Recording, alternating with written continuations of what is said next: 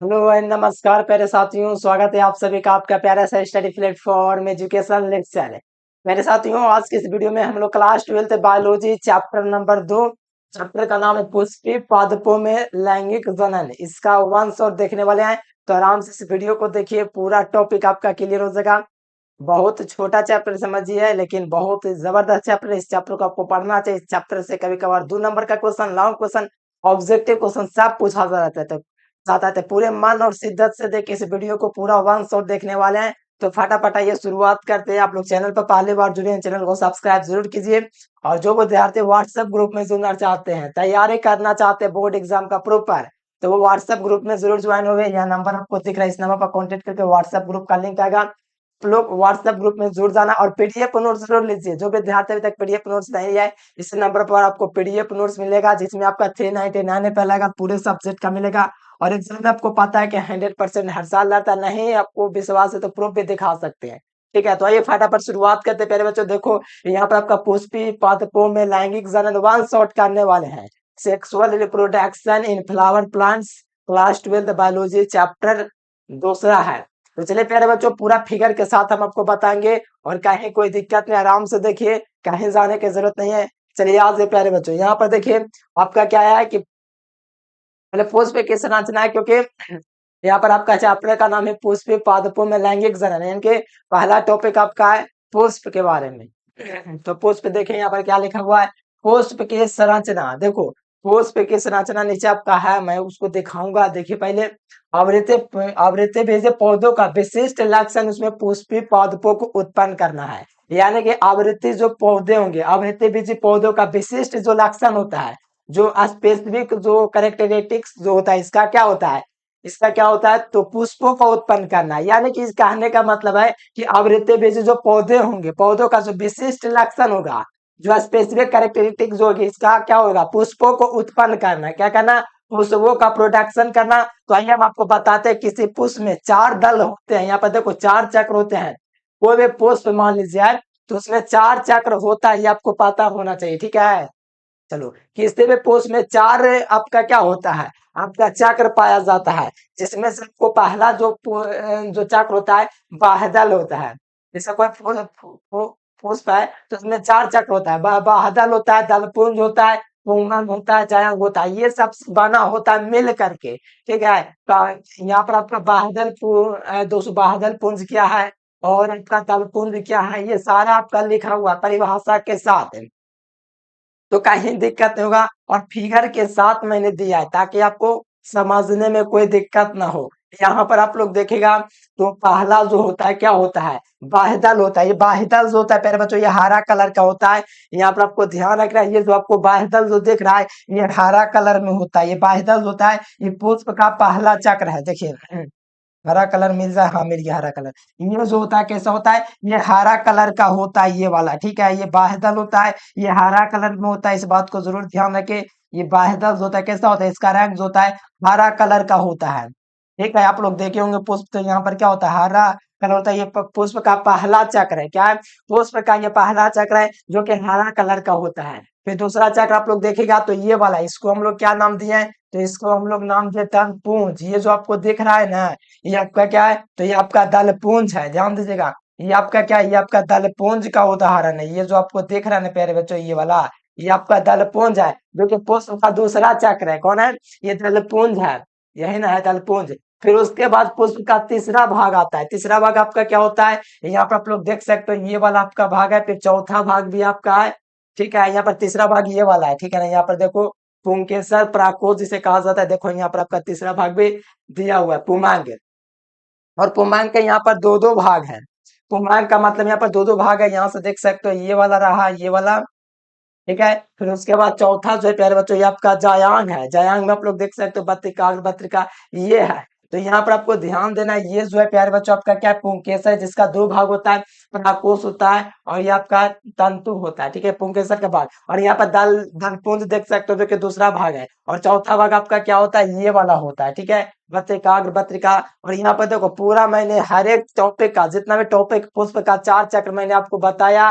पहला क्या था, पहला आपका बादल था, फिर दलपुंज था, फिर पुंकेसर था, पुमंग था, फिर लास्ट में आपका था जायांग। ठीक है, तो चारों का मैंने परिभाषा दे रखा है, कैसे किसका क्या क्रिया है। देखो 5 नंबर में पूछता है तो ध्यान रखना है, देख लेना एग्जाम में कितना बार पूछा गया है। देखो यहाँ पर कहा जा रहा है कि बाह्यदल पुंज तथा दलपुंज सहायक चक्र होते हैं। देखो बाह्यदल पुंज और दलपुंज है, इसमें क्या ये सहायक अंग है। ये जो बाह्यदल है प्यारे बच्चों का सहायक अंग है, बाह्यदल तथा दलपुंज है। ये बाह्यदल जो है देखिए, बाह्यदल पुंज और जो आपका जो दलपुंज है ये क्या है, ये दोनों क्या है प्यारे बच्चों, ये दोनों आपका क्या है, सहायक अंग इसका है। क्या है, सहायक अंग है। कौन कौन, बाह्यदल पुंज तथा दलपुंज, बाह्यदल पुंज और ये दलपुंज। ये बाह्यदल पुंज है हरा कलर का, ठीक है, मैंने शुरू में बताया ये हरा कलर का है बाह्यदल पुंज। और ये जो दलपुंज है ये सहायक अंग होता है। किसी फूल का जो सहायक अंग होता है, मेन जो होता है वो आपका सहायक, जो सहायता करता है या हिंदू गुना सहायता करता है, इसी पर निपटा हुआ है, पूरा टिका हुआ है, पूरा पीछे वाला भाव इस पर, यानी कि समझिए कि हमारा पेट है, ये हमारा जो हाथ है, ये पैर है, ऐसा समझिए कि हमारा पेट क्या है, सुरक्षित यहाँ पर सहायता दिए हुए है। कौन, तो आपको याद रखना है तनपुंज और बाह्यदलपुंज है सहायक अंग है। ठीक है, सहायक चक्र कहलाता है। देखो बेसिक लिखना जो है इसमें, जबकि पुमंग और जयांग आवश्यक चक्र है। देखो जो सहायक था प्यारे बच्चों, याद रखना एग्जाम में आपका पूछा जाएगा, जो सहायक होता है वो आपका कौन होता है, तो सहायक जो होता है दलपुंज और बाह्य दलपुंज होता है। और इसमें जो सबसे आवश्यक चक्र होता है, जो जरूरी है, वो आपका पुमांग और जायांग होता है। यानी कि पुमांग और जायांग सबसे आवश्यक चक्र होते हैं, यानी कि पुमांग और जायांग इसमें जो आपको दिख रहा है ये सबसे आवश्यक चक्र है। ठीक है, किसी फूल के लिए। तो यहाँ पर देखो ये आपका पुमांग हो गया, यानी कि पुंकेसर स्टेप, ये पुमांग हो गया, और जायांग ये वाला हो गया। ठीक है, ये जो आपको दिख रहा है ना, ये आपका जायांग हो गया। ठीक है, और ये जो आपको दिख रहा है ना ये वाला, दोनों को, ठीक है, ये दोनों जो दिख रहा है ये पुंकेसर पुमांग कह सकते हो। ठीक है, तो ये आपका दिया गया प्यारे बच्चों, यहाँ से देखो जो है उसी को मैंने लिखा है, क्योंकि पुंकेसर यानी पुमांग, यानी कि पुंकेसर का मतलब यानी पुमांग होगा, पुंकेसर का मतलब क्या होगा, पुमांग होगा। यहाँ पर पुंकेसर जो है क्या है, पुमांगे है।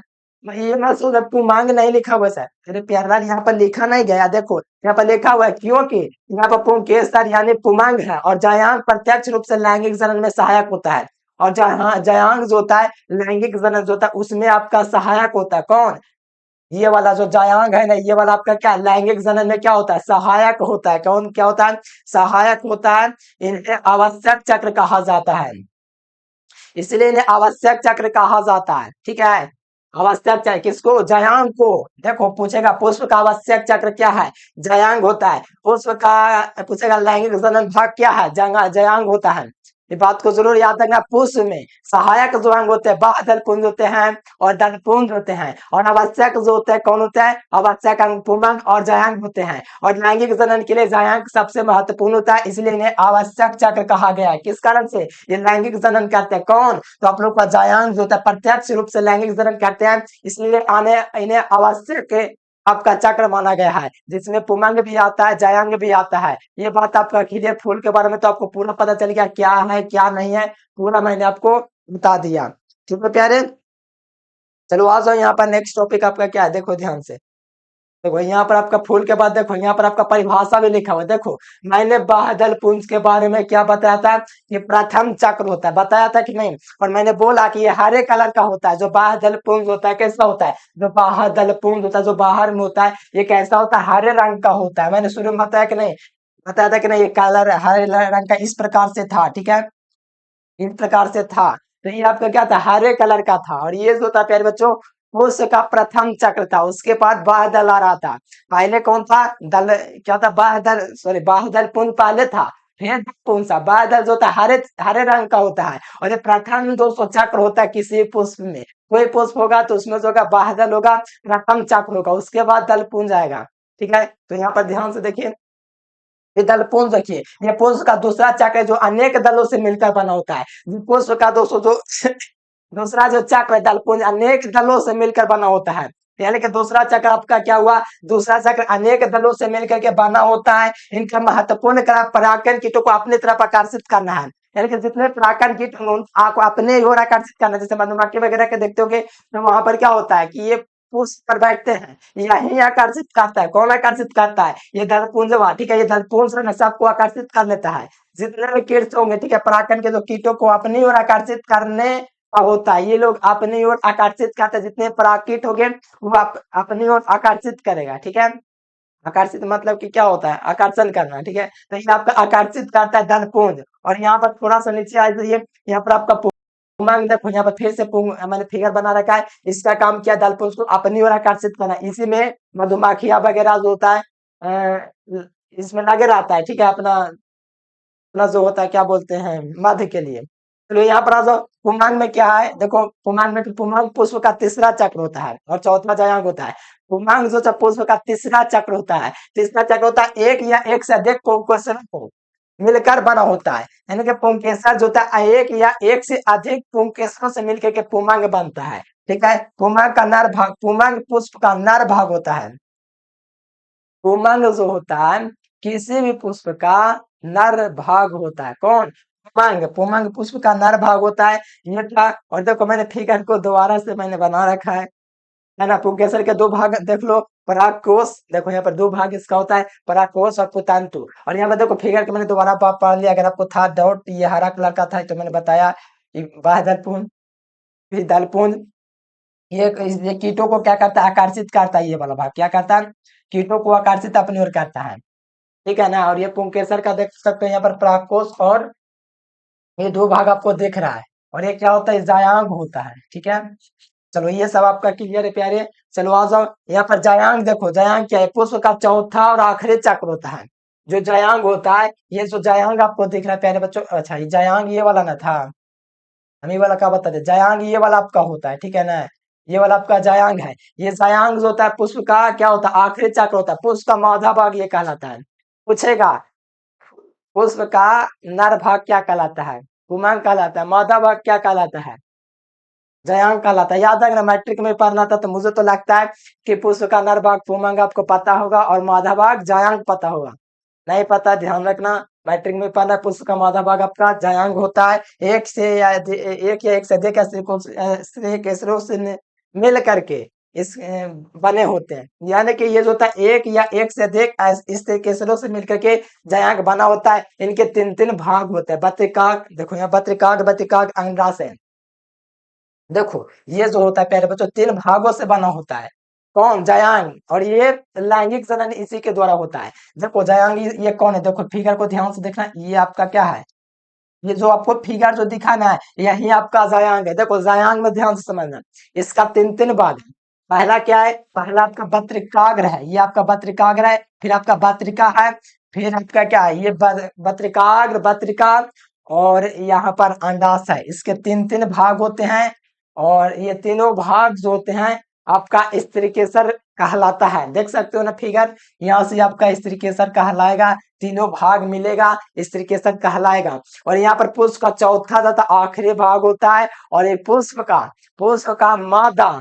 का मादा भाग जयांग होता है। पता है कि नहीं, पुष्प का मादा भाग जयांग होता है और पुष्प का नर भाग पुमांग होता है। और यहाँ पर आपका कहा जाता है कि जयांग एक या एक से अधिक स्त्रीकेसरों से बना होता है। आप कहोगे एक से नहीं, दो से नहीं, तीन से प्यारे। क्या क्या? पहला बत्रिका, बत्रिकांग, अंडाशय, तीन लोगों से मिलकर बना होता है। देख सकते हो यहाँ से फिगर आप लोग, अंडाशय, बत्रिकाग्र, बत्रिका, ये तीनों मिलकर के स्त्री केसर बना, ठीक है। तीनों का जब मिलाप हुआ तो स्त्री केसर बना, ठीक है। ये जो पीडीएफ नोट्स आपको टेंशन नहीं लेना, नीचे आपको नंबर दिखा, उस नंबर पर कांटेक्ट करके पीडीएफ नोट्स आपको मिल जाएगा। देख सकते हो तीनों के बारे में दिखा है, बत्रिका, बत्रिका तथा अंडाशय, ठीक है। चलो थोड़ा सा नीचे आइएगा, पीरा प्यारेलाल, यहाँ से देखो। हाँ ये था जो कि पुष्प के बारे में था। अब आ जाओ कुछ महत्वपूर्ण परिभाषाएं जो आपके परीक्षा में पूछा जाता है, वो भी पूछा जाता है। ऐसा नहीं कि आपको वो खाली याद करना है, हर एक टॉपिक को याद करना है। चलो ये क्वेश्चन आज थोड़ा देख लेते हैं, क्योंकि इससे ऑब्जेक्टिव क्वेश्चन तो भर भर के पूछा जाता है और हम भी भर भर के करवाएंगे आपको। देखो उदाहरण सहित 2018 में पूछा हुआ क्वेश्चन, आभासी फल क्या है, वास्तविक फल क्या है, अनिश्चयजन जनित फल क्या, बहुगुणनता क्या है। ये लास्ट में भी थोड़ा टॉपिक है, थोड़ा शुरू में भी आ गया, कोई दिक्कत नहीं है। चलो देख लेते हैं, आभासी फल क्या है। आभासी फल, उसके बाद क्या है, वास्तविक फल। आभासी मैंने काल्पनिक फल भी दे देगा तो आभासी फल समझना, ठीक है। देखो आभासी फल वैसा होता है, वह फूल का केवल अंडाशय ही फल के रूप में विकसित होता है। यानी कि आभासी जो फल होगा ना, आभासी आभासी फल, फूल का केवल अंडाशय ही केवल फल के रूप में विकसित होता है। यानी कि कोई फूल है, ठीक है। तो ये कोई फूल है प्यारे बच्चों, मान लो ये कोई फूल है, वो तो फूल नहीं बनाने आता है।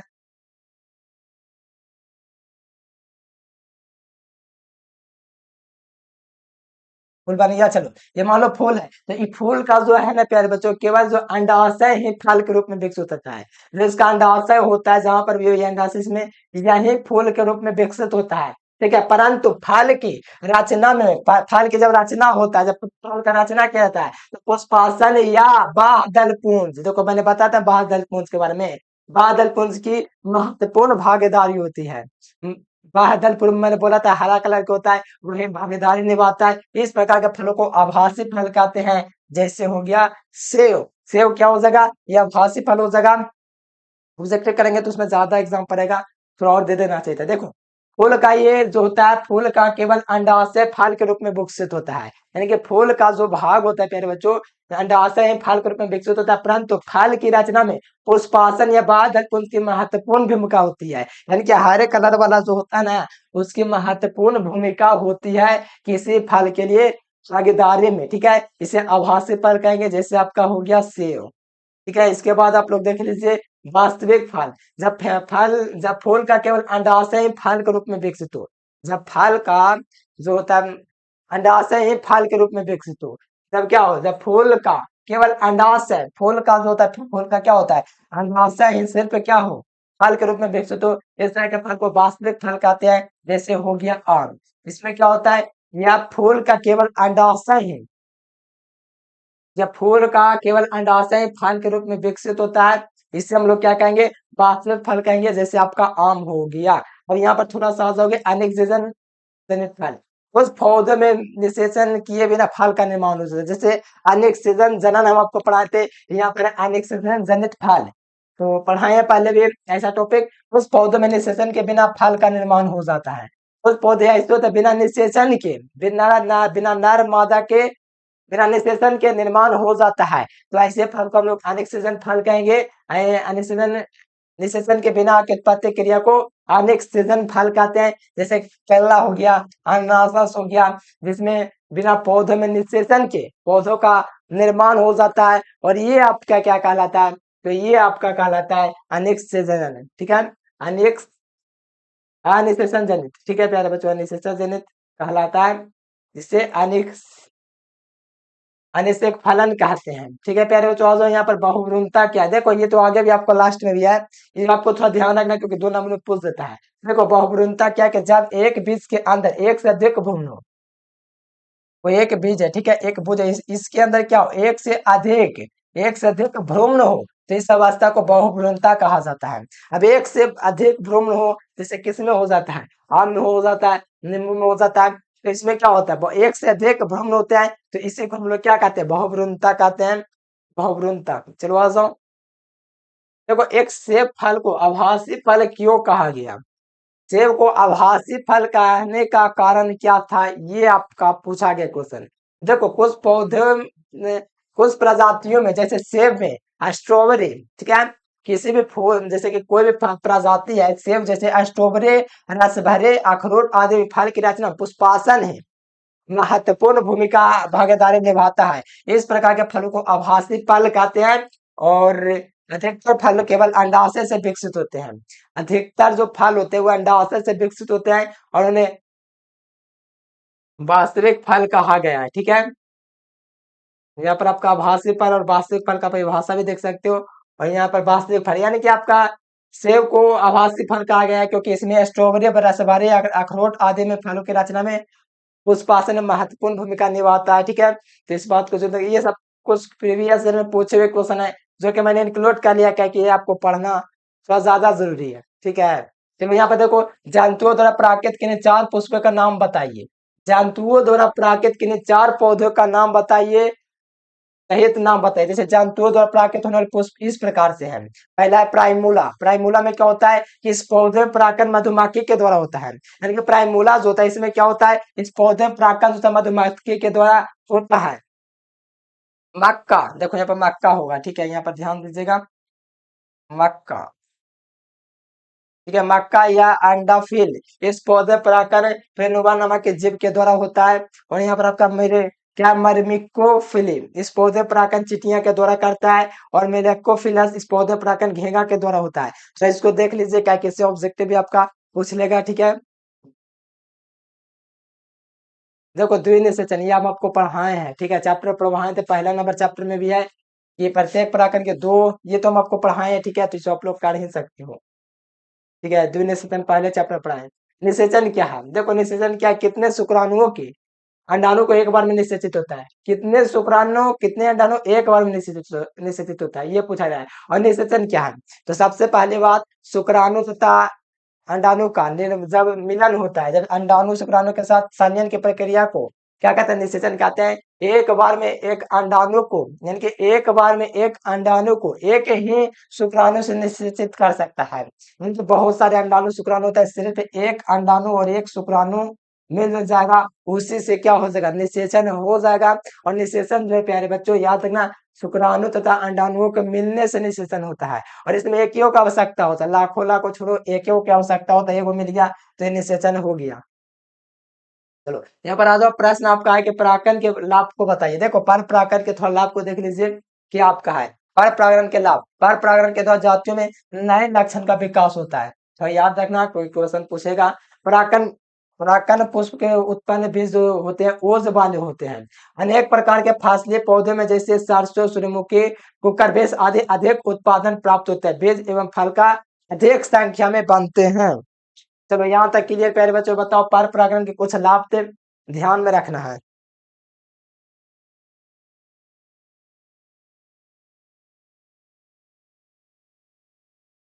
चलो यहाँ तक क्लियर है प्यारे, आ जाओ। देखो एकल संकर एवं द्विज संकरण में अंतर देखिए, एकल संकर और द्विज संकरण में अंतर देखिए। Explain difference between the single harvester and double harvester, देखिए यहाँ पर क्या है, देखिएगा ध्यान से देखिएगा। यहाँ पर आपका क्या, एक संकर क्रॉस, जब दो पौधों के बीच एक इकाई लक्षण के आधार पर संकरण कराया जाता है। जब दो पौधों के बीच एक इकाई लक्षण के द्वारा संकरण कराया जाता है तो इसे एक संकरण कहते हैं। क्या कहते हैं, एक संकरण क्रॉस कहते हैं। यानी दो पौधों के बीच इकाई लक्षण के कारण, इकाई लक्षण के कारण आधार पर संकरण कराया जाता है, तो इसे एक संकर क्रॉस कहते हैं। जबकि द्विज संकर क्रॉस होता है, दो विपरीत पौधे के बीच अलग लक्षणों के आधार पर संकरण किया जाता है, दो विपरीत लक्षणों पर लगाया जाएगा तो ये आपका क्या कहलाएगा, द्विसंकरण कहलाएगा। इसे हम लोग क्या कहते हैं, द्विसंकरण। अच्छा पौधे के बीच इकाई लक्षण के कारण, ठीक है, इस इकाई लक्षण के आधार पर संकरण कराया जाएगा, एक संकरण कराएगा। और जो द्विसंकरण होगा, ये पौधे में क्या होगा, दो विपरीत पौधे के बीच अलग लक्षणों के आधार पर संकरण जो होगा वो आपका द्विसंकरण कहलाएगा। ठीक है, यहाँ तक क्लियर है। चलो आ जाओ, यहाँ पर आ जाइए नेक्स्ट। देखो ये आपका छोड़िए ये क्वेश्चन। तो यहाँ पर देखो कोट फल के बारे में उदाहरण दीजिए। जो कोट फल होता है उसके बारे में थोड़ा उदाहरण के साथ आपको बताना है। उस पौधे में फलों का निर्माण पुष्पासन के अन्य भाग, जैसे पुष्पासन से, दलपुंज से, अंडाशय से होता है, ठीक है ना, आधे भागों से ले सकते हैं। ऐसे फल को कोट फल कहते हैं। यानी कि कोट फल किसको कहेंगे, समझ में आया। क्या कहा जाता है, कोट फल उसको कहा जाता है कुछ पौधे में फल का जो निर्माण होता है, फल का निर्माण होता है पुष्प के अन्य भाग, उसका बहुत सारा भाग है, पुष्पासन होता है, दलपुंज होता है, बादल पुंज होता है, ठीक है, आदि से भी भाग ले सकते हैं। ऐसे फल को फ्रूट फल कहते हैं। उदाहरण के लिए सेब, नाशपाती, फल का विकास, ये सब क्या है, आपका अंडाशय के अतिरिक्त पुष्पासन से भी महत्वपूर्ण भूमिका होती है। सेब नाशपाती का जो फल का विकास है किसमें, तो आप लोग को याद रखना है, अंडाशय के अतिरिक्त पुष्पासन से भी महत्वपूर्ण भूमिका होती है। ना कि खाली अंडाशय से फल का निर्माण होता है, ऐसा नहीं है, कोई भाग से हो सकता है। मोनोकार्पिक फलों के सो उदाहरण दीजिए। मोनोकार्पिक फल क्या है, वैसा फल जो एक अंडपी एक कोष्ठी, यानी कि एक अंडपी नहीं होना चाहिए, इनमें एक कोष्ठ होना चाहिए और ऊर्ध्वाधर अंडाशय से बनती हो, मोनोकार्पिक फल कहलाते हैं। ये क्या होता है, ये स्फुटनशीलता या अस्फुटनशील हो सकता है। उदाहरण के लिए एक अंडपी ऊर्ध्वाधर अंडाशय से बनता है और सूखा होता है, जैसे मटर और सेम जो है इसी का उदाहरण है। चलो ठीक है, यहाँ तक प्यारे बच्चों याद रखना, वैसा फल जो एक अंड पे एक कोष्ठीय या एक ऊर्ध्वाधर अंडाशय से बनते हो मोनोकार्पिक फल कहलाता है। मोनोकार्पिक फल में प्यारे बच्चों ये क्या होता है, अस्फुटनशील या अस्फुटनशील हो सकते हैं। ये दो तरह से हो सकते हैं, पहला अस्फुटनशील हो सकता है, अस्फुटन हो सकता है। उदाहरण के लिए एक अंड पे ऊर्ध्वाधर अंडाशय से बनता है और सूखा होता है, जैसे मटर से इसी का उदाहरण होता है। देखो यहाँ पर देखो क्या कहा जा रहा है कि भ्रूण भ्रूणकोश की घटक के आवश्यक घटक कोशिकाओं के नाम क्या है। देखो इसके आवश्यक घटक के नाम पूछा जा रहा है। भ्रूणकोश की आवश्यक घटक कोशिकाओं के नाम क्या है। ठीक है, तो यहाँ बताइए भ्रूणकोश की घटक कोशिकाओं का नाम कुछ इस प्रकार से है। पहला अंडा होता है, द्वितीयक अंडा होता है, एंटीटोनल कोशिका होता है, सहायक कोशिका होता है। ये जो है भ्रूणकोश की घटक के आवश्यक कोशिकाओं के नाम है। प्रश्न परीक्षा में पूछा गया देखो 2012 में, इसीलिए इसको मैंने ऐड कर लिया। ठीक है, छोटा छोटा क्वेश्चन एक बार में याद कर लेना, कोई दिक्कत 2 बार लिख लेना, याद हो जाएगा। और याद रखना एग्जाम जब तक नहीं देखो, एक पुंज या एक पुंजक दोनों एक ही होता है। कुछ विद्यार्थी कहेंगे कि एक पुंजक का परिभाषा है, लेकिन हम एक क्लोन का जान देते हैं। दोनों एक ही होता है, बात को ध्यान देना। देखो यहाँ पर लिख दिया है खाली क्लोन या एक पुंजन की परिभाषा बताइए। एक पुंजन, एक लाभ एवं हानि, एक लाभ और एक हानि को लिखना एग्जाम में पूछता है। एक एक क्लोन या एक पुंजक। देखो आनुवांशिक रूप से समान जनसंख्या क्लोन कहलाता है। आनुवांशिक रूप से समान जनसंख्या क्लोन या एक पुंजक कहलाता है। समान जनसंख्या का होगा प्यारे बच्चों अनुवांशिक रूप से। अनुवांशिक मैंने जो होता है जीन वगैरह, तो उससे जो होता है समान रूप से जो होता है जनसंख्या क्या कहलाता है, क्लोन कहलाता है। एक जैसा ही होगा। ये एक पुंजक होते हैं, देखो इसी को एक पुंजक कहा जाता है। इसका लाभ तथा हानि कुछ इस प्रकार से है। ये बहुत छोटे होते हैं। ये जो क्लोन्स होते हैं पुंजक बहुत छोटे होते हैं। और हानि यह है कि इनका जीवन चक्र अत्यंत कम समय का होता है। इनका जो जीवन समय होता है बहुत कम समय के लिए होता है। किसका, तो याद रखना क्लोन या एक पुंजक का जीवन चक्र बहुत कम समय के लिए होता है। देखो स्वपरागण पर परागण में अंतर लिखना है। स्वपरागण पर परागण में अंतर क्या है। ठीक है प्यारे, देख लीजिए स्वपरागण क्या होता है। परागणों का एक पुष्प के परागण उसी पुष्प के पत्रिकाग्र तक, ठीक है, पुष्प के दूसरे पुष्प के पत्रिकाग्र तक गिना स्वपरागण कहलाता है।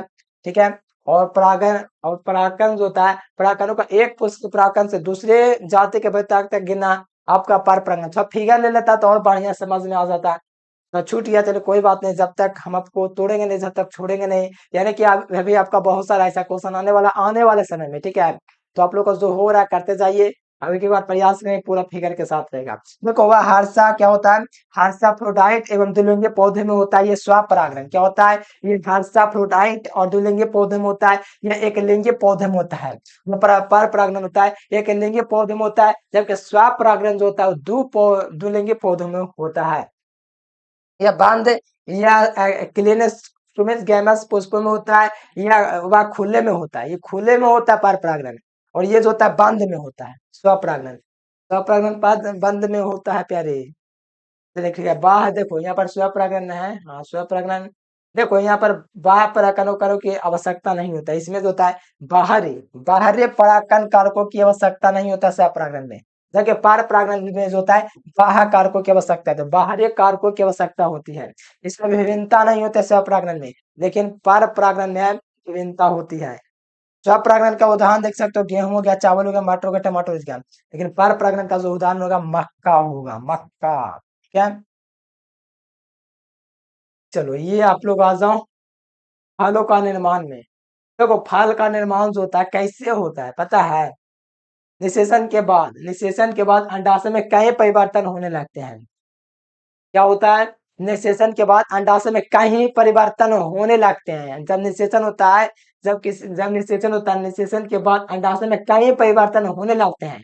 इन परिवर्तनों के फलस्वरूप बीजांड से बीज और अंडाशय से फल का निर्माण होता है। देखो कितना बढ़िया से लिखा गया है। यानी कि फल के निर्माण में क्या है कि निषेचन के बाद अंडाशय कहीं परिवर्तन होने लगते हैं। जब फल का निर्माण होता है पहले निषेचन के बाद अंडाशय में कहीं परिवर्तन होने लगता है। यानी कि निषेचन के बाद अंडाशय में कहीं परिवर्तन होने लगता है, कहीं परिवर्तन होने लगता है। इन परिवर्तनों बीजांड से बीज और अंडाशय से फल, बीजांड से बीज और अंडाशय से फल, फल का निर्माण होता है। एक फल में एक बीज या अनेक बीज हो सकते हैं।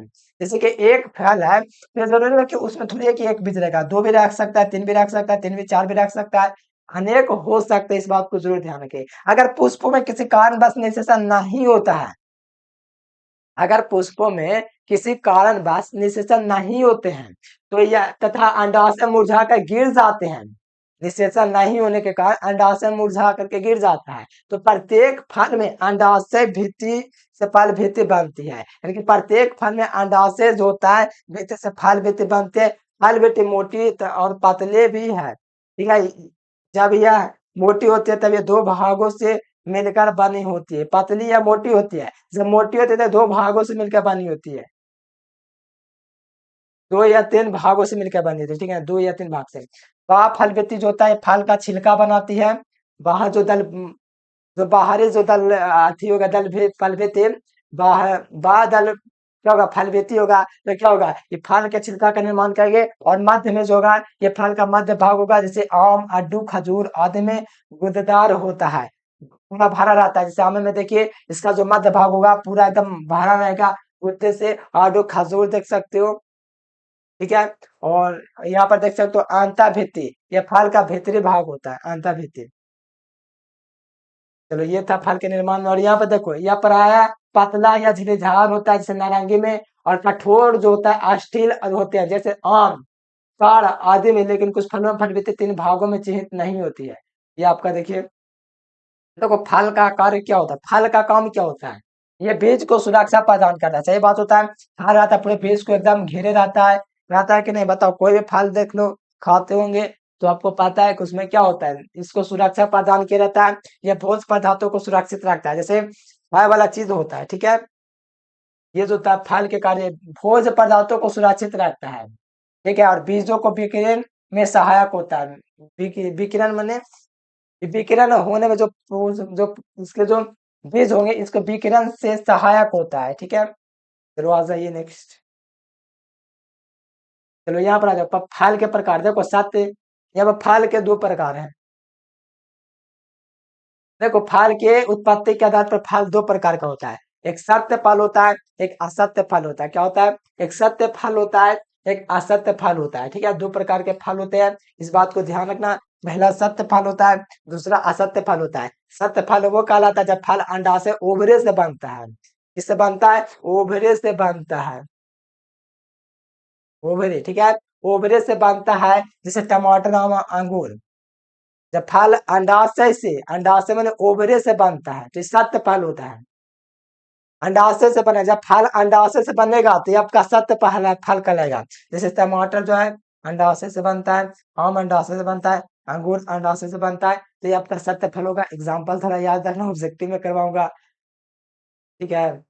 और असत्य फल देखो, देखो ये जब असत्य फल होता है अंडाशय से ना बन के फूल के, देखिए ये फल होता है अंडाशय से ना बन के फूल के अन्य भागों, जैसे मैंने बोला ना कि जरूरी नहीं कि अंडाशय से बनेगा, और भी भाग का होता है। पुष्पासन हो गया, बाह्यदल हो गया, तो ये सब भाग से फल का निर्माण करता है। ऐसा थोड़ी है कि एकदम उसको बनाना है तो सिर्फ अंडाशय से फल बनाना है, ऐसा थोड़ी है। इसमें इसमें कोई भी किसी भाग से बना सकता है। तो ये आपका क्या कहलाता है, असत्य फल कहलाता है। यानी कि जो अंडाशय से नहीं निर्माण होगा ना तो उसको सत्य फल कहेंगे, हाँ?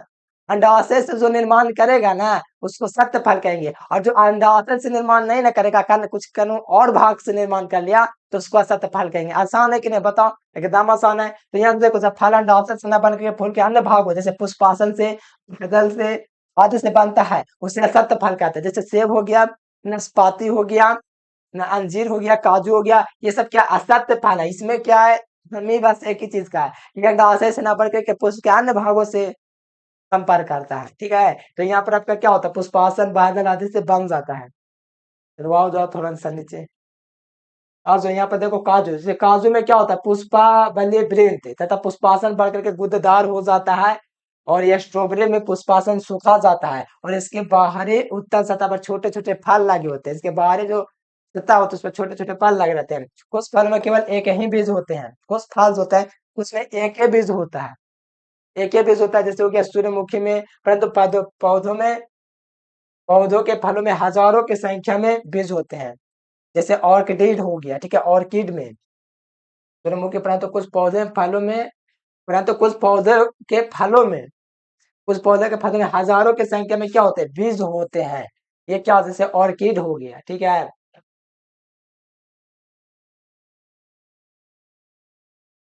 चलो याद रखना इसमें हजारों की संख्या में क्या होता है, क्या होता है इसमें फलों की हजारों की संख्या में बीज होता है, याद रखना ऑर्किड। यहाँ से नाम को ध्यान रख लो क्योंकि एक एक नंबर आपका खास है। और किड्स होता है इसमें हजारों की संख्या में 20 होता है। जरूर ध्यान रखना, ऑब्जेक्टिव में रखूंगा क्वेश्चन को। ठीक है, बहुत ही मस्त क्वेश्चन है, जरूर ध्यान रखना। देखो अनेक सीजन फाइल, देखो शुरू में आया था कि नहीं बताओ। मतलब पूर्ण परिभाषा में देखो, इस चैप्टर का कुछ खास टॉपिक है जिसको याद रखना, और भी खास टॉपिक आपका आएगा, टेंशन ना लो, इसको याद कर लो। देखो कुछ बहुत छोटा चैप्टर है, आप लोग बात को समझो, बहुत छोटा चैप्टर है, हम आपको करवा दे रहे हैं। कुछ पौधों में निषेचन के बिना ही फल का निर्माण हो जाता है। इसको हम लोग बिना निषेचन के फल को निर्माण होने की प्रक्रिया को अनिषेचन फलन कहते हैं। ठीक है, अनिषेचन अनिषेक फलन कहते हैं। ठीक है, इसको अनिषेक फलन कहते हैं। और उत्पत्ति अनेक ये आपका जो होता है, जैसे केला हो गया, अनानास, संतरा, अंगूरा, नहीं अंगूर। ठीक है, ये आपका हो गया, देख सकते हो एग्जाम्पल, बनाना, एप्पल, ऑरेंज, ग्रेप्स।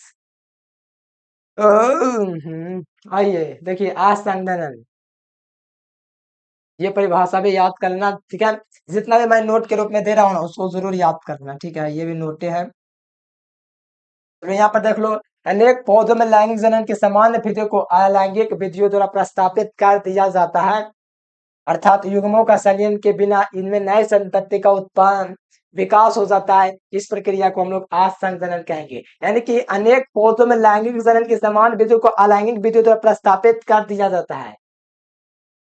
ठीक है, और यहाँ पर जो होता है अर्थात युग्म का संलयन जो है, संलयन के बिना इनमें नए संतति का विकास हो जाता है। यानी कि युग्म का संलयन भी नहीं हुए, संलयन का मतलब आपस में मिलना, अंडाणु और ये तो मिले, इसमें बिना मिले ही इसकी जो है विकास हो जाता है, तो इसको हम लोग कहेंगे असंजनन। बहुग्रंथा देखो, बहुग्रंथा क्या है, थोड़ी देर पहले हम आपको करवाए थे। विकलर के अनुसार लैंगिक जनन एक ऐसी विधि है द्वारा प्रस्तापित होता है जिसमें अनुसूत्र का संलयन न होकर के प्रयुक्त कहलाता है, जातियां एमोटेक्टिव कहलाती है। ठीक है प्यारे बच्चों, देखो चैप्टर तो छोटा था, होगी इतना जल्दी क्लास खत्म हो गई ये वाला। प्यारे चैप्टर जो छोटा है, फिर तीसरा चैप्टर आएगा मानव जनन की लैंगिक जनन, तीसरा चैप्टर नाम तो ठीक से नहीं याद है।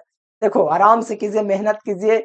और ये जो है पीडीएफ नोट्स आपको इस नंबर पर मिलेगा, इस नंबर पर आप लोग कॉन्टेक्ट कीजिएगा, व्हाट्सएप मैसेज या कॉल कर सकते हैं। ऑल सब्जेक्ट का ले लीजिएगा प्यारे बच्चों, पूरा सब्जेक्ट का हम आपको पीडीएफ नोट्स दे सकते हैं। ठीक है, व्हाट्सएप पर मैसेज कर दीजिएगा। सभी बच्चे चैनल को सब्सक्राइब कर लीजिए और बेल आइकन जरूर दबाइए, सब्सक्राइब करके बेल आइकन जरूर दबाइए। ठीक है प्यारे बच्चों, वीडियो कैसा लगा कमेंट करके जरूर से बताना, क्योंकि हम आपके लिए इतना मेहनत करते हैं। तो एक कमेंट प्यारा सा जरूर छोड़ना, वीडियो कैसा लगा। आज के लिए फिलहाल बच्चों इतना ही। Thanks for watching this video. जय हिंद, वंदे मातरम।